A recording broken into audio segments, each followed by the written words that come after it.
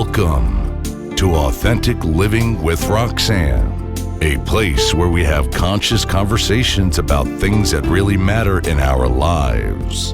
And now here's your host, Roxanne Derhaj.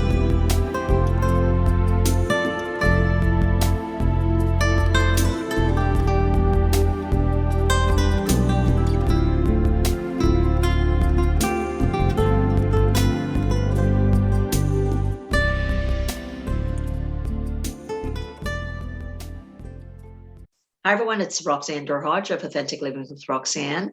Today, I have a special guest that's decided to come back and spend some great time with us. That's Pete Bombaci, and he's with the GenWell Project. And we've been talking about connection, I think, throughout our time in the last 18 months. But I think his conversation with me was so special that I thought we needed to kind of come back and talk about it again. It's not something that we need to talk about just when I want to say we were in desperate times, but to really look at the ongoing actions that you take. And him and I were talking just before we got online with what are you going to do to actualize the steps that we talk about. I should talk to that friend. I should take that step, to say hi to my neighbor who's just lost someone. What are those steps? So Pete, again, thanks so much for coming back to spending time with my audience.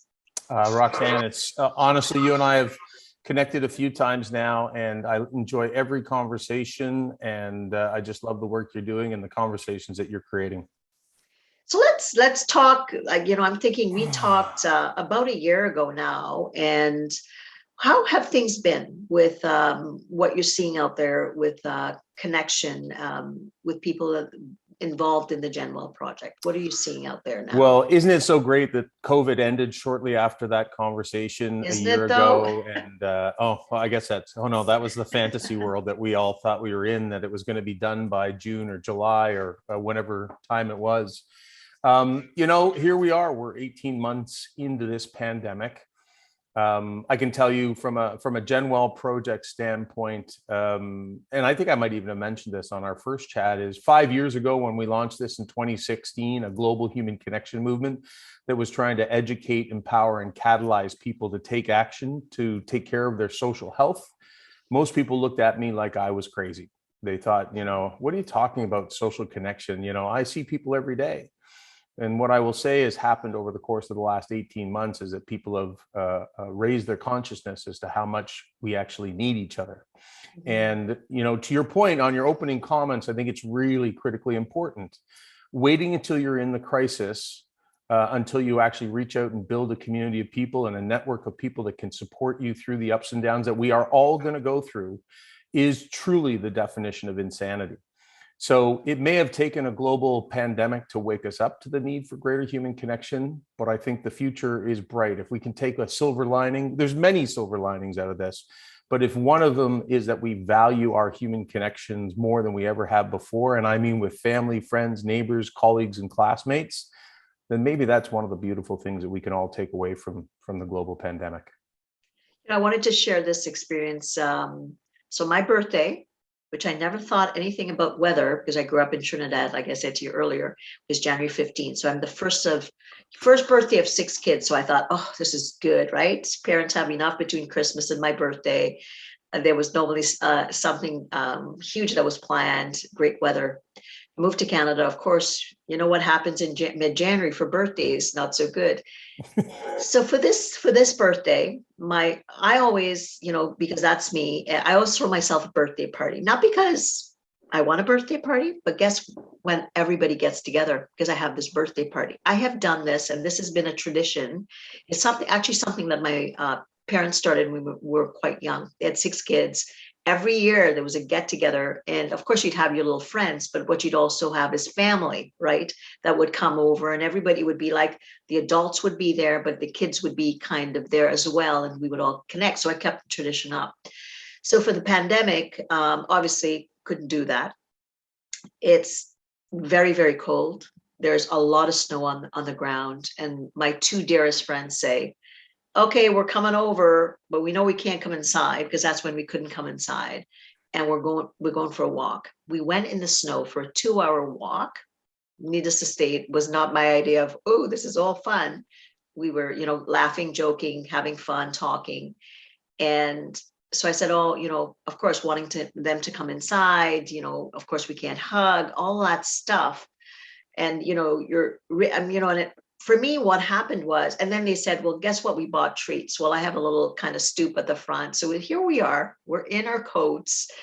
We're having, a little drink of wine and snacks, and we're all in our gloves, just an experience. And as I'm having this experience with my friends out of nowhere, I tear up, and I'm in tears, and I'm thinking about it now. I'm getting emotional. And I said, I just want to let you two know how much I love you. And everybody just burst into tears. Now, these are friends. The one I've had for 30 years, and the other I've had for about 12. We know we love each other, Pete, but we had never, unfortunately, sat down, because we're always, friends. You joke around, you don't really share that depth of experience. So the one thing that I can say about the pandemic is, out of loss, even for someone like me, who's such a connector, it brought me to a profound level to share things that I otherwise would not have shared, with two amazing women in my life, and who had tried just to make that day, even though it's a day, with all the guidelines, special. Amazing story and very beautiful. And so, thank you for sharing that. But I think this is what we all need to recognize. Is certainly when we lose things is when we recognize what we've lost, and oftentimes we take things for granted along the way. But in that walk, and while you're sitting out there, and I love the fact that you had your gloves on while you were drinking wine. I think that's just classy. That is the way we should all be drinking wine in the middle of winter. But I think the moments that we forget time, you weren't thinking about how cold it was when you were talking with them, sitting on the porch and having a laugh, and talking about whatever special occasions, moments, the things that happened in your week. Yeah. And this is the power of human connection. And this is what the GenWell Project is trying to share with people. We've been educated about exercise. We know we're supposed to exercise proactively to take care of our health. We know that we're supposed to eat well, more fruit and vegetables. Even in the last decade, because some of the work that's been done to raise awareness about mental health, we understand mindfulness, we understand gratitude and journaling. And now whether we do it or not, that's a whole different question. But I think educating people about the power of human connection and their social health is so critically important, because when we connect with other people, it helps us cope, it helps us find solutions, and it helps us build the resilience that gets us through not only the bad times, but how about celebrating the good times? And so, on the other side of this pandemic, we will get back together. And won't it be amazing when we can finally get together, hug, touch the people that mean the most to us, and actually celebrate the fact that we now can get together. We all have talked about the parties that we're going to have. And for some people, that may not be the natural reaction, because it's not going to be easy for everybody. We've been locked down for 18 months on and off. And when you are out of habit, when you have extended period of times where you don't do something, even exercise is a great example. And I'm a good example. 18 months, I haven't done much exercise. I haven't taken care of my health. Getting back on the horse now is proving to be a challenge. And it's no different than with our social health. If you're out of the habit of connecting with other people, this is what the GenWell Project is trying to do with something like GenWell Weekend, which, as we're talking right now, is this weekend, when we're trying to catalyze people to actually do it.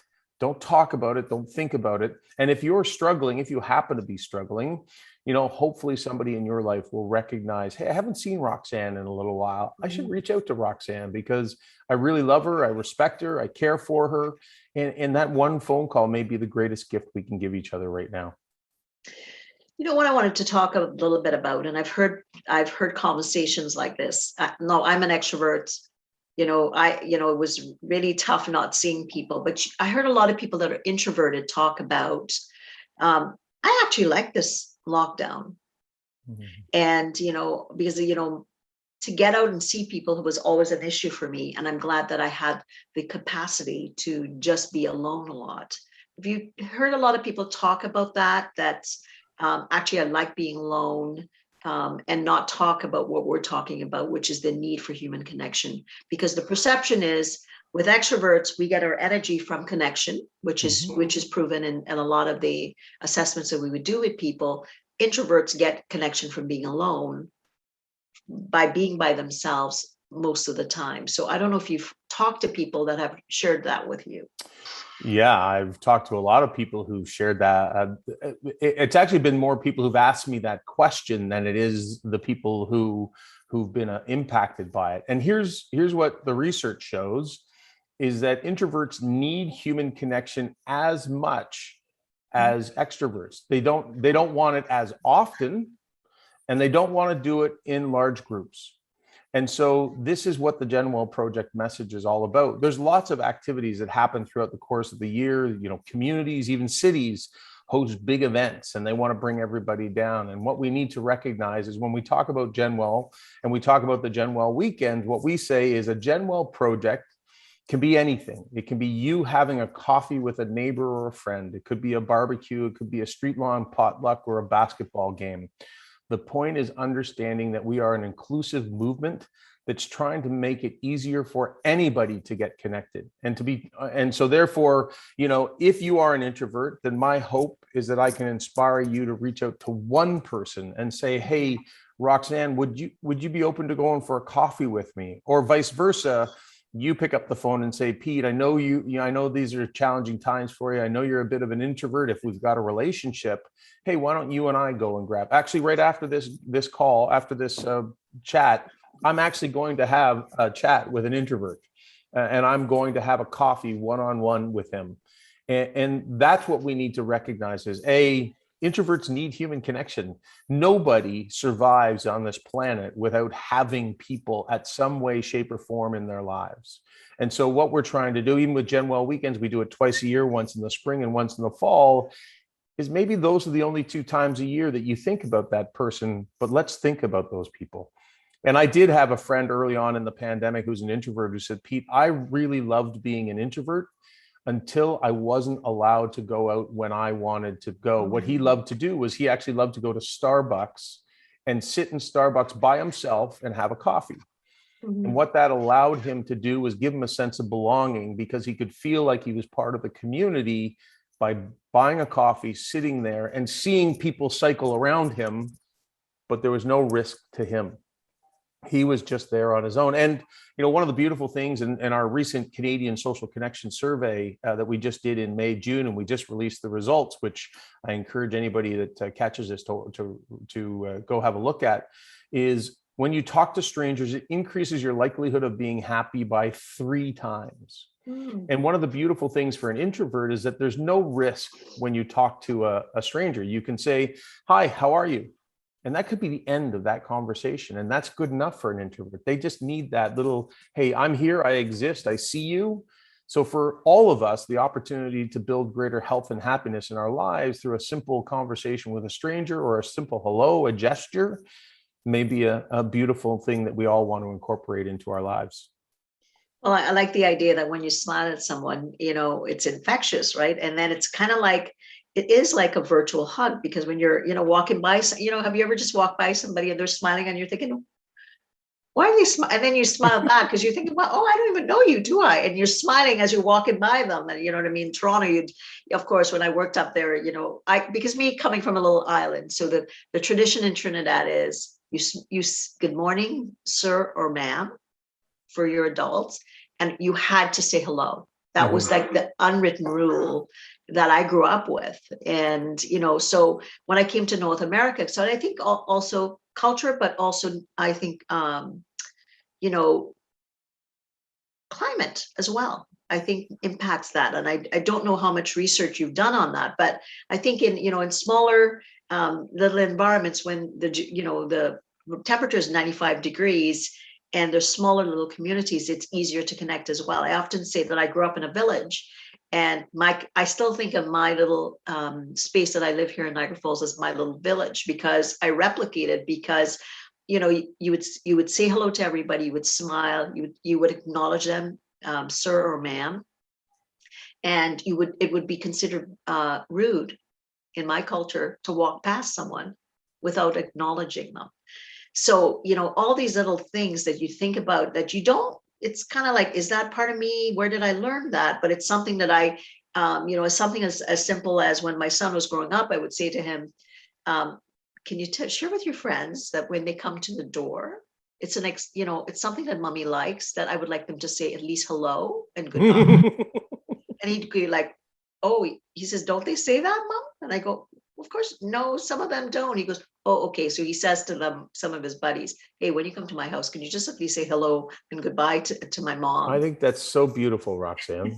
And then he went, he's just assumed they all did. And I said, again, it's something that I grew up with, that I just think if someone's coming and leaving, if I'm entering a room as well, it's something. And I've also, with my family done the same kind of, that's respectful. Again, someone maybe a cultural nuance, but just like showing my presence in that, I'm in your space, and I'm kind of asking for kind of acceptance coming in, and then giving you gratitude for having had me there as well. Yeah, so many beautiful things that you've just said there. I think just raising the consciousness of young people that a simple hello can change the tone and the vibe within a room, because now you've broken down the barriers. And this is the struggle that we have in society, is the fact that not only have we built the physical barriers around us with bigger homes for smaller families and taller fences and backyard and automatic garage doors and in-home movie theaters. Now we can order food and just about anything we want to our front door.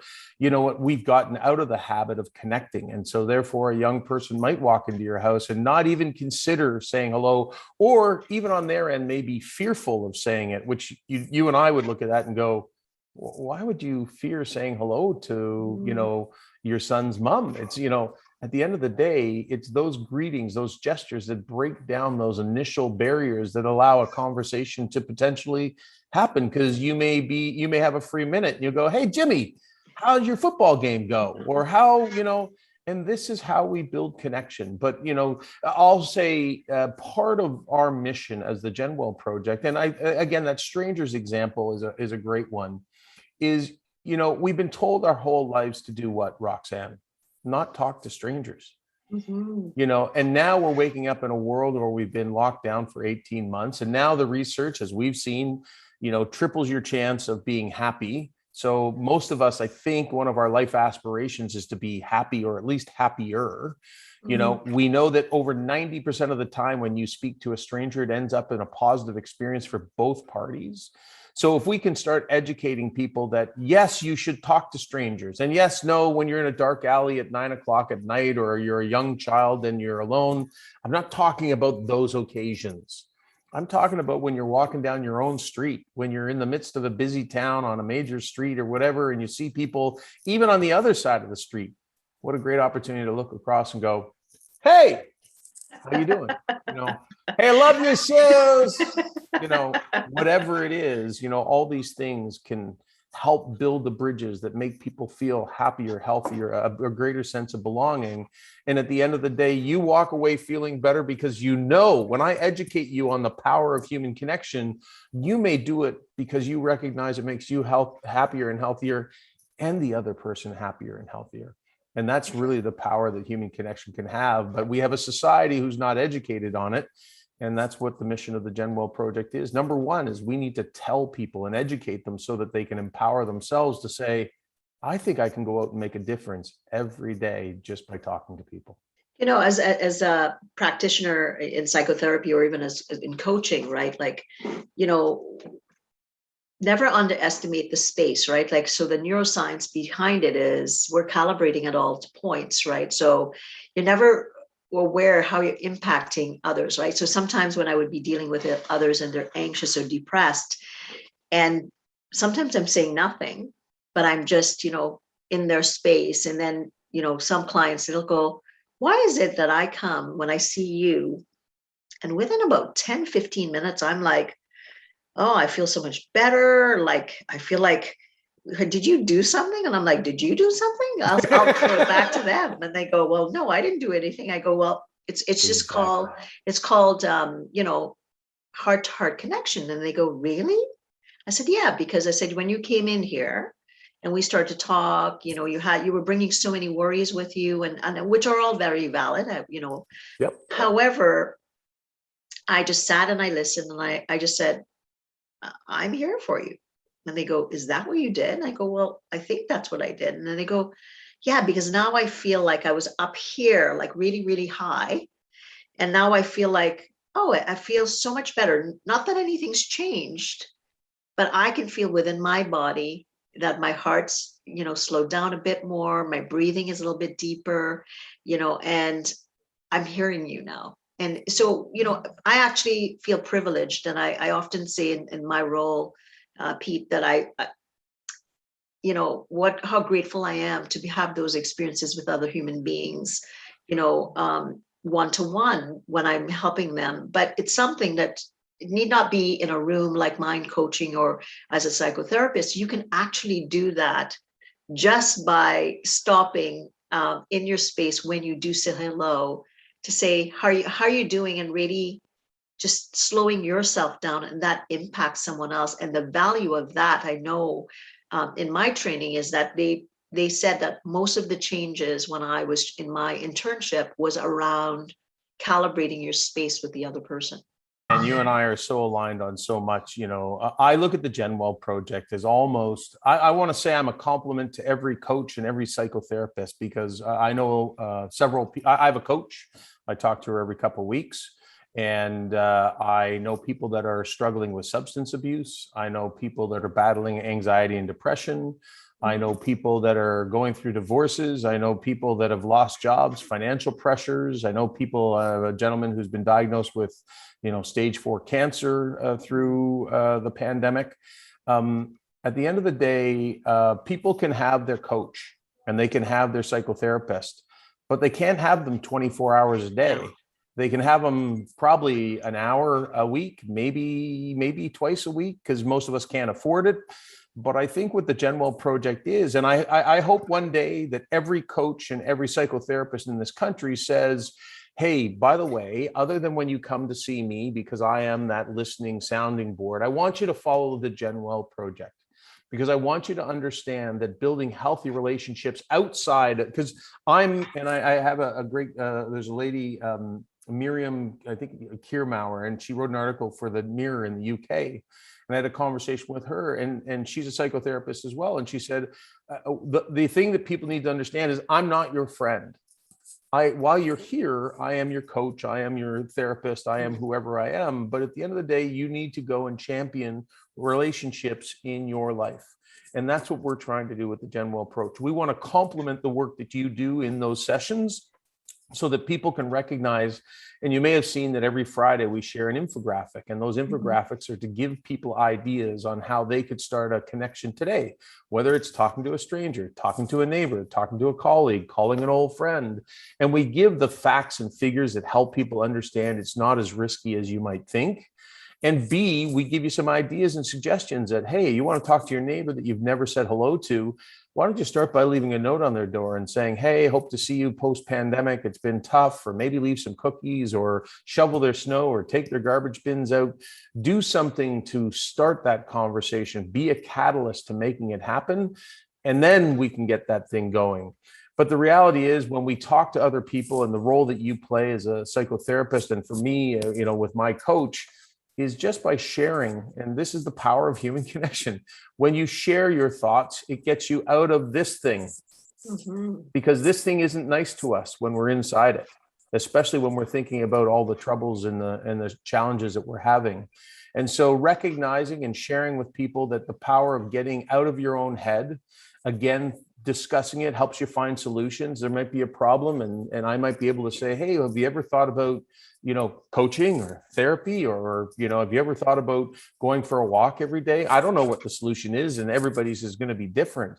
But if we don't actually get outside of our own heads, we're not going to find those alternatives quite as easily as we will if we just stay in there. And that really, again, comes back to all of that leads to building the resilience that will help us all find the solutions, because we know who to go to. I know I can call Roxanne when I'm in, Roxanne being my friend, I can call up Roxanne and say, hey, Roxanne, you got 10 minutes? I just want to chat through something, because I'm not feeling so good about this decision I've made, and I wanted to get your perspective. Those resources around us, our friends, our family, the colleagues, former people that we've built relationships, are invaluable. And especially as we've come through 18 months of a global pandemic, we need to find ways to stay connected, whether it's virtual through technology, and that's a great supplement, because at the end of the day, we need to get back to what you described, getting together with your friends at the start. We need to get back to sitting on our front porches, connecting with people, having a glass of wine or a can of Coke or whatever you're going to have, because those are the moments that really are the things that make us live happier and healthier lives. Now, I want to speak to what Miriam said about that we're not your friends. But what I always try to impart on people is, when you come and you see a coach or a therapist, or even if just pick somebody in your life that you connect really well with, and try to kind of think, what is it that person does to allow me to feel so good? And then say, what is it that I am doing to allow that space? Oftentimes people think it's outside of themselves, but it could be that, I often say you should have a friend that makes you laugh uncontrollably. You should have a friend that makes you if you want somebody to hit you between the eyes, that's that friend. You have the other friend that's, the existential kind of person. You have the person that maybe can help you through kind of practical kind of solutions, either in family and business. We all need different kinds of connections at any given point. So if I want to laugh, I'm not going to call the person that's going to be talking about existentialism, because I don't want to talk it through the pandemic. Really, right now, I want somebody to tell me a really good joke so I could forget about the pandemic. And I think that's what I try to say to people is, they often say, well, you're so nice. I go, yeah, I'm nice. I said, but not everybody's going to think I'm nice. You're allowing me to be nice. So what is it that you're doing, if you think I'm being nice, to take it in? Because I have been with people that have not allowed their space to take in what I'm giving to them, to start to really think about that. Is it that when you smile, I smile? Or is it that when I compliment you, you think about saying something? Is it that I listen in a certain way that you really, really like? And start to think about that, and then on the converse, let's be blunt. Think of someone that really you find it hard to be around, and that will also give you information about what disconnection is about and the things that maybe you want to try to work against. I think a part of this is, or I want to ask the question is, what role do you think fear plays in this? Because we've built a world, and these things are part of it, which is, we now live in a world where we're watching people live human highlight reels every day. And depending on how much time you spend on social, passively scrolling through all your friends, the Kardashians, the Jenners, the celebrities, you could start to feel that you weren't good enough. And so, when I go to see Roxanne, who is, and I'll say this, paid as a coach or a therapist, you're paid to be there for me. Yeah. And I wonder what role, and this is part of the GenWell message is, hey, you build those deep, meaningful connections that remove the fear with time together with people. And unfortunately, they have with you is an exchange, and by no means I'm a big coaching fan, and frankly, I think I do it on the side for a lot of people. But this is no disrespect to coaching, but you get paid to do that. And what we're trying to say to people is, hey, you can do these things, but you need to invest the time and find that one person or two people that can be that support network when you're not with your coach. But you can't do that if you only reach out to them once a year. This was such a great interview that we decided to turn it into a 2-part series.